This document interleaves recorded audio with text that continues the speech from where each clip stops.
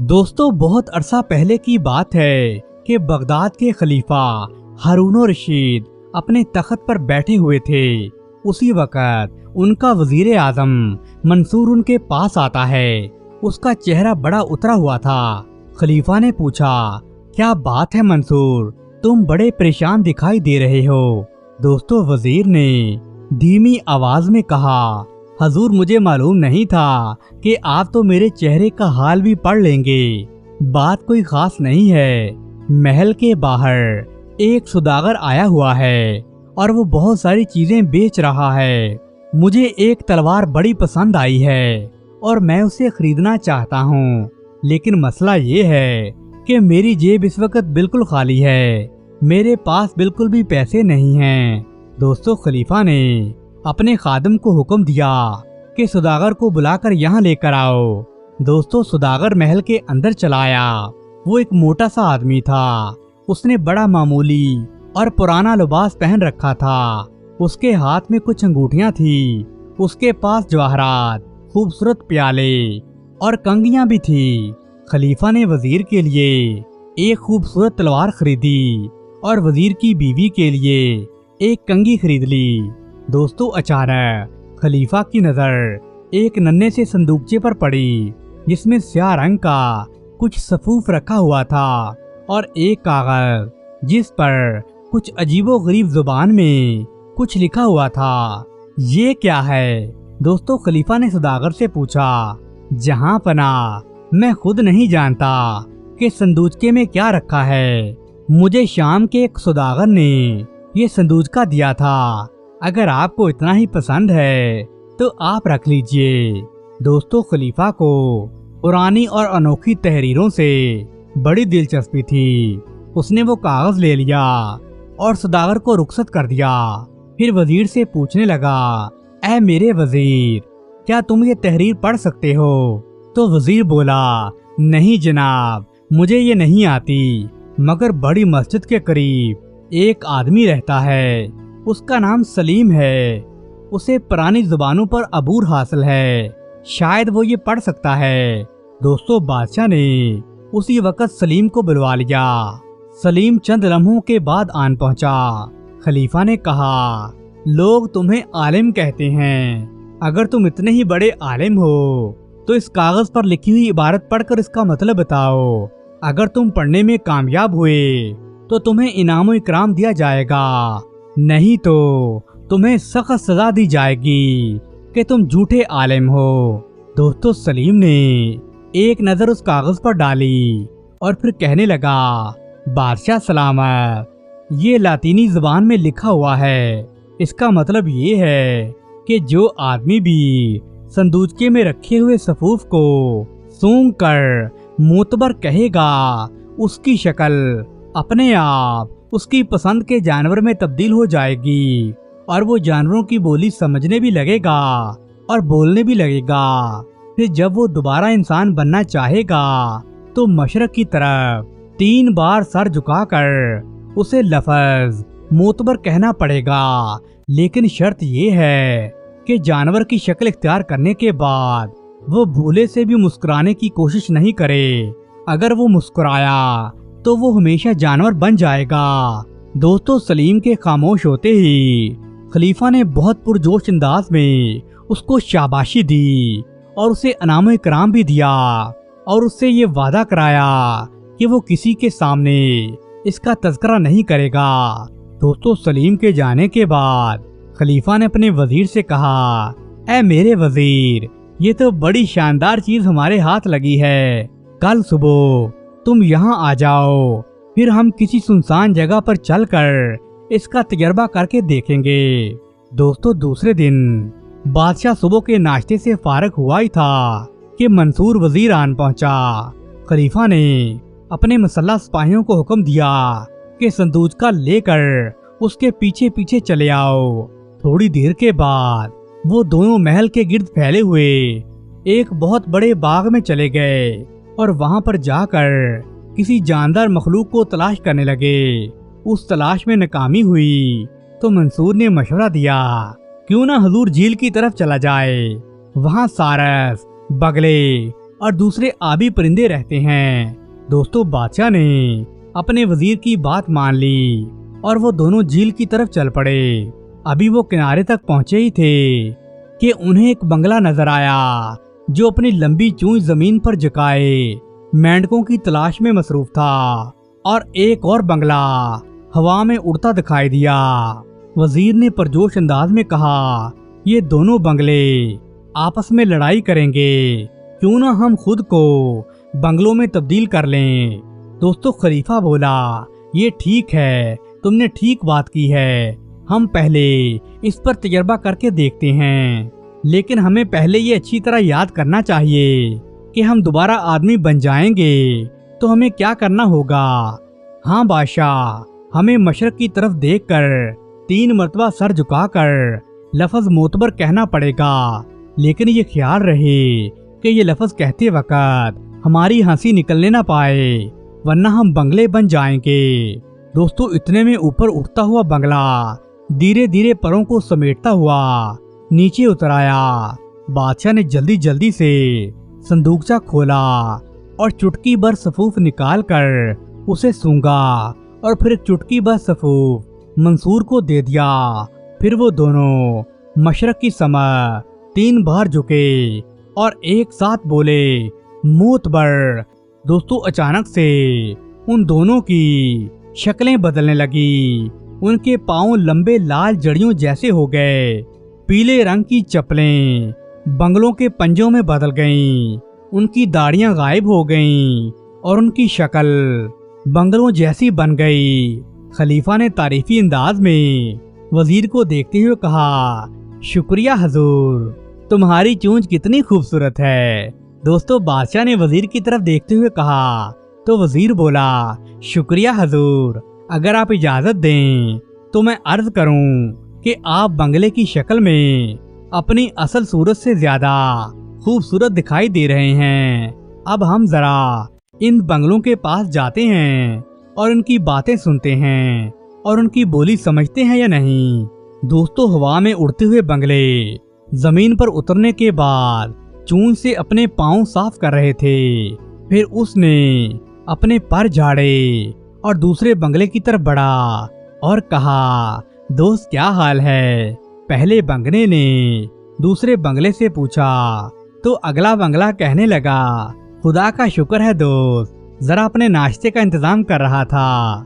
तुम्हें भी एक आधा मेंढक या छिपकली की टांग पेश करूं क्या? बहुत बहुत शुक्रिया भाई, आए पता नहीं क्यों बिल्कुल भूख नहीं है। मैं तो बस यूं ही कुछ देर के लिए सुकून से वक्त गुजारने चला आया था। आज मेरे वालिद के यहाँ कुछ मेहमान आने वाले हैं, मुझे उनके सामने नाचना होगा, इसलिए सोचा कि थोड़ी सी मशक कर लूं। ये कहते कहते उसने नाचना शुरू कर दिया। दोस्तों खलीफा और वजीर उन दोनों बंगलों को हैरत से देख रहे थे और उनकी बातें भी सुन रहे थे। उन्हें ये पता चला उनमें से एक बंगला नर है और दूसरा मादा है, और मादा बंगला अपनी गर्दन हिला हिला कर बड़े जोश के साथ नाचने में मगन थी, और नर बंगला उसकी तरफ तहसीन अमेज अंदाज में देख रहा था। अचानक मादा बंगले ने नाचते नाचते अपनी एक टांग ऊपर उठाई और दूसरी टांग पर खड़ा होकर एकदम फेरियां लेने लगी। उसको नाच में इतना मगन देखकर खलीफा और वजीर दोनों हंस पड़े। दोस्तों हंसी की आवाज ने दोनों को तड़ा दिया। जल्दी से उन्होंने अपने पर खोले और वो वहां से उड़ गए।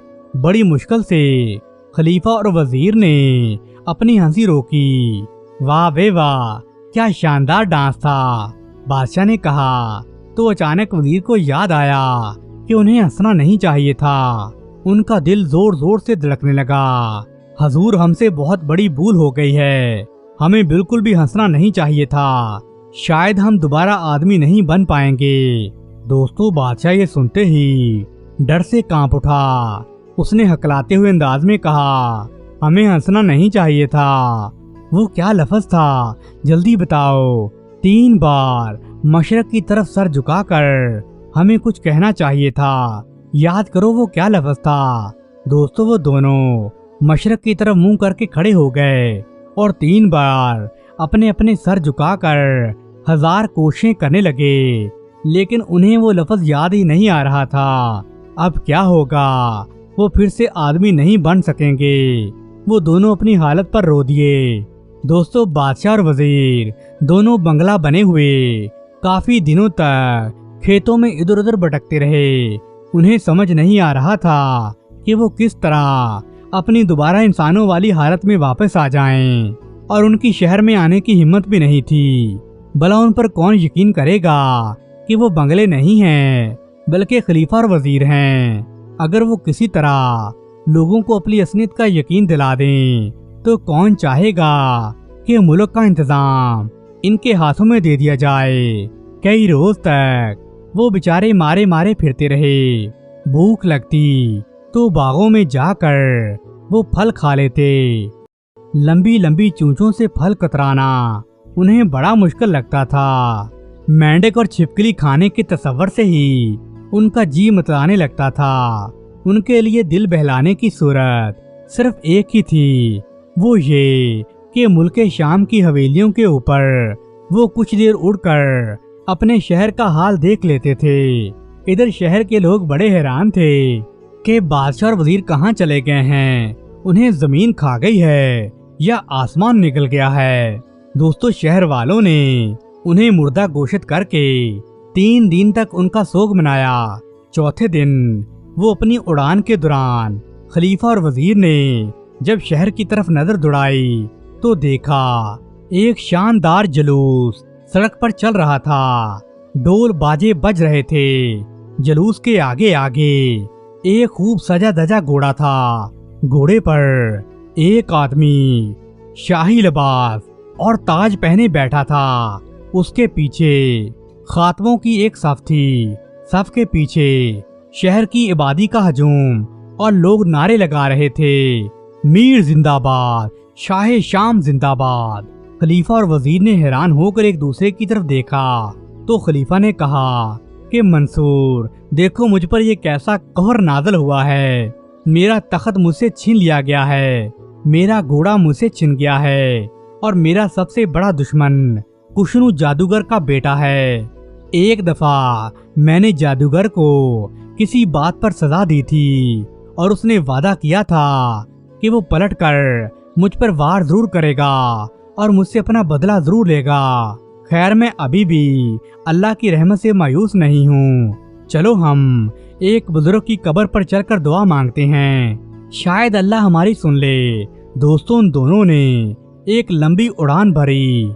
ये पहला मौका था कि थोड़ी देर के बाद वजीर की ताकत जवाब दे गई। उसने हाथ घुमाते हुए कहा, बादशाह सलामत, अब मुझसे उड़ा नहीं जाता। आप मुझसे तेज उड़ते हैं, मुझ में इतनी ताकत नहीं है। फिर शाम भी होने को आई है, हम कहीं न कहीं रुककर आराम कर लेते हैं। क्यों न हम बकिया सफर कल शुरू करेंगे। दोस्तों, खलीफा पर भी थकन छाई हुई थी। उसे अपने वजीर की बात बड़ी पसंद आई। उसने उससे इत्तेफाक कर लिया और नीचे वादी में उन्हें कुछ खंडरात दिखाई दिए। उन दोनों ने वहीं रात गुजारने का प्रोग्राम बनाया और जमीन पर उतर आए। ये खंडर किसी जमाने में किसी बादशाह का किला रहा होगा।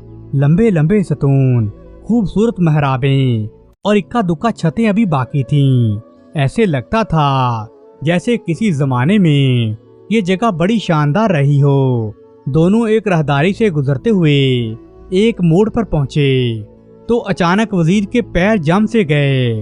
हजूर, मेरे पैर जम गए हैं, मेरे पैर हरकत ही नहीं कर रहे। आप इसे मेरी बेवकूफ़ी समझें, मगर अभी मैंने एक अजीब सी आवाज़ सुनी है, जैसे कोई दर्द से कर्रा रहा है।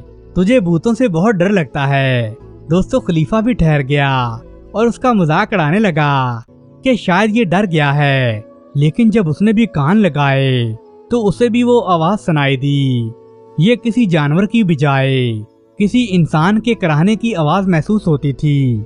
हकीकत जानने के लिए बादशाह आवाज़ की समत में तेजी से बढ़ा, लेकिन मंसूर ने फौरन उसे मजबूती से पकड़ लिया और दरखास्त की कि यूं जान खतरे में डालने से बेहतर है कि हम छुप कर देखते हैं कि आवाज़ किस समझ से आ रही है। दोस्तों जब वो दोनों थोड़ा आगे गए तो उन्हें एक दरवाजा दिखाई दिया जो पूरा खुला हुआ था। बादशाह अपनी चोंच दरवाजे के पट से लगाए चुप करके खड़ा था। दरवाजे के पीछे एक कमरा था। एक दीवार में खिड़की थी जिसके अंदर से कुछ रोशनी आ रही थी। बादशाह ने झांक कर देखा तो वहां पर एक बड़ा उल्लू नजर आया। उल्लू की आंखों से आंसू जारी थे और हलक से दर्द की आवाज निकल रही थी। वो अपनी मुड़ी हुई चोंच झुकाए खामोशी से बैठा था। जैसे ही उल्लू की नजर खलीफा और वजीर पर पड़ी तो उसने पर फड़फड़ाए और खुशी से चिल्लाने लगा। उसने जल्दी जल्दी अपने आंसू पोंछे और साफ सुथरी अरबी जुबान में दोनों को मुखातब किया। आओ दोस्तों, खुशामदीद। तुम्हें देखकर मुझे बड़ी खुशी मिली है। तुम्हारा आना मेरे लिए मुबारक होगा। मेरे बारे में ये पेशगोई की जा चुकी है कि एक रोज 2 बंगले मेरे पास आएंगे। दोस्त, आपकी बातों से महसूस होता है कि आप किसी मुसीबत में गिरफ्तार हैं। अफसोस हम खुद ऐसे ही हाल में हैं। शायद हम बंगले आपकी मदद कर सकें। आप हमें अपनी आपबीती सुनाएं, उससे अंदाजा लग जाएगा कि हम पर भी कैसी तबाही आई है। दोस्तों, उल्लू ने कहा, पहले आप अपनी कहानी सुनाइए। तो बादशाह ने सारा किस्सा सुना दिया। जब वो चुप हुआ तो उल्लू बेगम ने उसका शुक्रिया अदा किया और अपनी कहानी सुनाना शुरू कर दी। अब सुनो मेरी कहानी। मैं भी तुम्हारी तरह बदनसीब हूँ। मेरे बाप हिंदुस्तान के एक राजा हैं। मैं उनकी एक इकलौती बेटी हूँ। मेरा नाम अंजलि है। वही जादूगर कुशनू जिसने तुम्हें धोखा दिया है, उसने मुझे भी इसी हाल में पहुंचाया है। एक रोज वो मेरे बाप के पास आया और बोला कि वो अपने बेटे की शादी मुझसे करना चाहता है। मेरे बाप ने उसे धक्के देकर महल से बाहर निकला दिया, लेकिन फिर वो भेष बदल कर एक दिन उस वक्त महल में आया जब मुझे भूख लगी थी। मैंने खाने के लिए कुछ लाने का हुक्म दिया तो कुशनू जादूगर ने मेरी कनीज का भेष बदल रखा था। वो मेरे लिए शरबत ले आया। मैंने शरबत पिया ही था कि अचानक से मेरा ये हाल हो गया और मेरी शक्ल उल्लू में बदल गई। मुझे इतना गहरा सदमा पहुंचा कि मैं बेहोश हो गई और कुशनू जादूगर ने और मुझे यहाँ पर फेंक कर कहने लगा, तुम इसी तरह बदसूरत बनी यहाँ पड़ी रहोगी। कोई जानवर भी तुम्हें मुंह नहीं लगाएगा। इस साल में तुमसे कोई शादी भी नहीं करेगा। इस तरह तुम पड़ी रह जाओगी। तुम और तुम्हारे मगरूर बाप ने मेरी बेइज्जती की थी। मैंने तुम लोगों से अपनी तौहीन का बदला ले लिया है। अब तक कई महीने गुजर चुके हैं। मैं उदास और अकेली इस वीराने में पड़ी रहती हूँ। दिन भर मुझे कुछ दिखाई नहीं देता, बस रात को जब चांदनी फैलती है तो मुझे इर्द गिर्द की दुनिया नजर आती है। दोस्तों, इतना कहकर उल्लू बेगम ने अपने आंसू पोंछे और जोर जोर से रोने लगी। बादशाह को उस पर बड़ा तरस आया। उसने आहिस्ता से कहा, हमारी और तुम्हारी कहानी में कुछ ज्यादा फर्क नहीं है, लेकिन कुछ समझ नहीं आता कि उस जादूगर को आखिर कैसे शिकस्त दी जाए। दोस्तों, उल्लू बेगम कहने लगी, मुझे याद है मेरे बचपन में एक बूढ़ी औरत ने बताया था कि एक बंगला कभी न कभी मुझे बदनसीबी के जाल से निकालेगा। मुझे ऐसे महसूस होता है कि वो घड़ी आ गई है और वो बंगले आप ही हैं। तो वो कहने लगी, कुशनू जादूगर महीने में बस एक बार यहाँ आता है। इस खंडर में एक बहुत बड़ा हाल है। कुशनू जादूगर उसी हाल में अपने साथियों के साथ बैठता है। क्या पता कुशनू जादूगर उस दिन अपनी जुबान पर वो लफ्ज ले आए जिसे आप भूल चुके हैं। दोस्तों, खलीफा की आंखें खुशी से चमक उठी। प्यारी राजकुमारी, मुझे जल्दी बताओ वो कब आएंगे। दोस्तों, राजकुमारी बोली, आप बुरा ना माने तो मैं ये कहूँ, मेरी एक शर्त है। अगर आप वो शर्त मान लेंगे तो मैं बता दूंगी। कहो, मंजूर है क्या? बादशाह ने जल्दी से कहा, मुझे अपनी असली सूरत वापस चाहिए।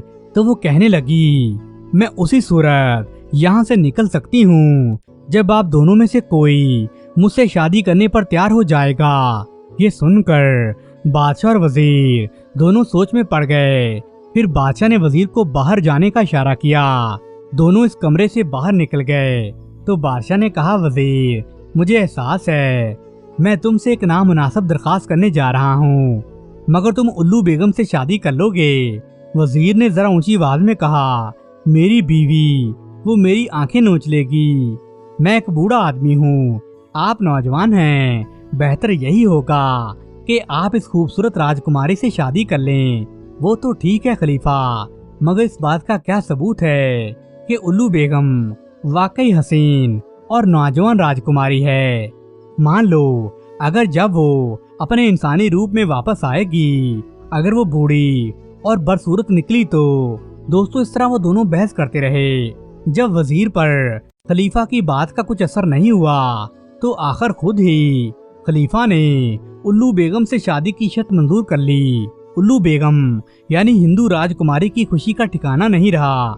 उसने कहा, कुशनू जादूगर आज रात वहाँ आएगा। फिर वो उन्हें बस बड़े हाल की तरफ ले गई जहाँ पर वो जादूगर बैठा करता था। दोस्तों थोड़ी देर में कुशनू जादूगर और उसके साथी हाल में दाखिल हुए और वो एक मेज के गिर्द बैठ गए। उन्हीं में वो सदागर भी शामिल था जिससे खलीफा ने वो काला सफूफ खरीदा था। जो आदमी सुदागर के पहलू में बैठा था उसने सुदागर से खलीफा और मंसूर का किस्सा सुनाने की दरख्वास्त की।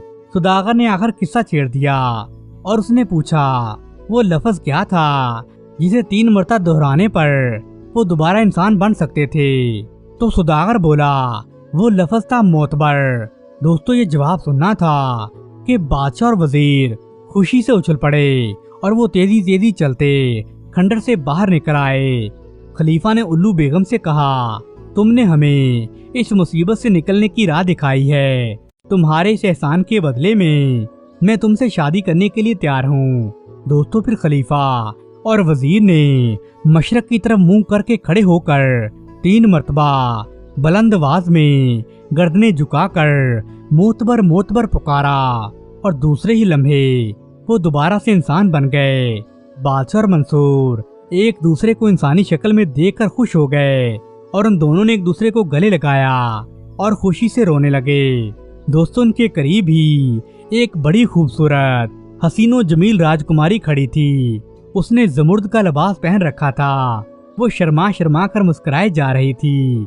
आगे बढ़कर उसने खलीफा का हाथ थाम लिया। खलीफा हैरत से आंखें फाड़े उसे देख रहा था। राजकुमारी ने हंसकर कहा, आप शायद उल्लू बेगम को भूल गए हैं। मैं कितना खुशकिस्मत हूँ, ना बंगला बनता ना आज तुम जैसी खूबसूरत राजकुमारी मिलती। दोस्तों उसके बाद खलीफा ने उस हिंदू राजकुमारी को इस्लाम कबूल करवा कर उससे शादी कर ली और फिर उसे अपने महल ले आया और इस तरह वो हंसी खुशी रहने लगे।